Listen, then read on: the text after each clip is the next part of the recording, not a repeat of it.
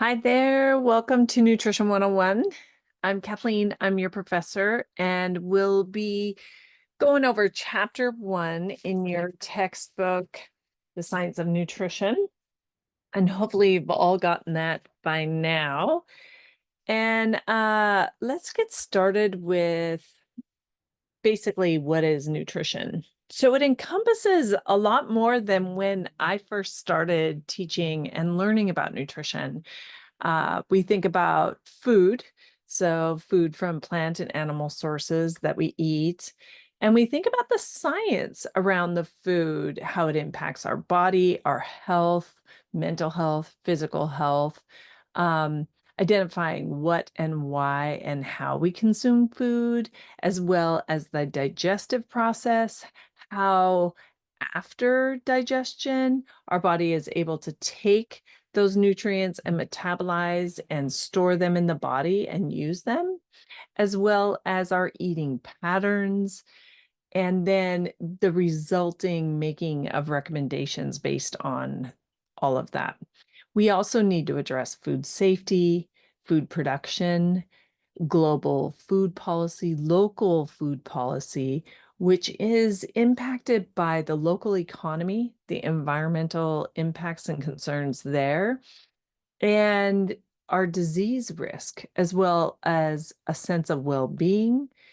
And when we start talking about nutrition related to our health, and actually halting, reversing, responding to something that is disease-like. And so what I want to include there is syndromes as well as diagnosis of diseases.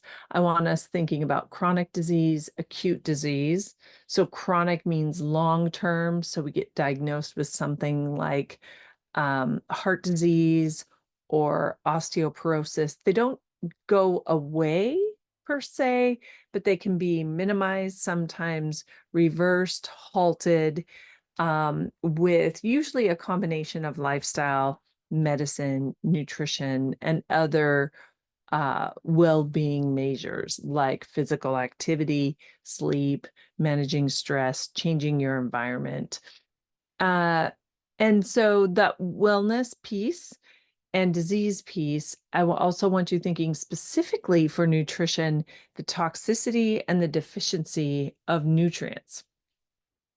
Okay, so the evolution of nutrition sciences, I think it's good to touch base that we know that nutrients contribute to health, and we know that it also contributes to multiple diseases or potential harm, and that there's these determinants of health that are related to our personal life, our social life, our economic circumstances, the environmental circumstances. Then there's the biology and the genetics and the behavioral, as well as social and accessibility, and then resulting policy making. So you think about recommendations for water safety, agricultural practices for safety, as well as how many servings of a certain nutrient or food do we need. So it's big, and it's gotten even bigger with genomics and nutrigenomics and genetic studies. And the personalization that we're starting to understand more between women and men, different ages, life cycles, uh, origins, and things like that. So we're going to get into a lot, and it can sound like a lot, but it makes it really interesting when we start looking at what might be contributing to our health and our disease related to nutrition. So ultimately, what we want is we want the best nutrition going in to help with the quality and quantity of life that somebody wants. And this is actually a big deal. Besides being a dietitian and a nutritionist, I also work with end of life disease and people when they're nearing end of life and are aware whether or not they got a diagnosis or they've gone on hospice or palliative care only. We start to think about the quality of life, and food is one of those things that comes up high on the list. Okay. We also need to be thinking about health equity, health disparities, and public health and social and physical healths, which what are all the things that go into that? And then we're looking at the quality of life at all stages of our life. And nutrition and body function really is impactful. Think about when your mouth is sore, you have dental pain, or when you are sick and you're all stuffed up and plugged up in your sinuses, and how that impacts your nutrition, your desire to eat, and what you like to eat, and what you can eat without pain. So, uh, think about that with chronic disease, aging, and the different stages of life. When we talk about the nutrients, I want us thinking that actually that's how the study of nutrition came up, was really this idea, and there's Plato and Socrates talking about food and nutrition and medicine way back. But nutrients were first identified in the 1800s. And then really what happened was the focus on deficiencies, and then food policy being an evolution from that.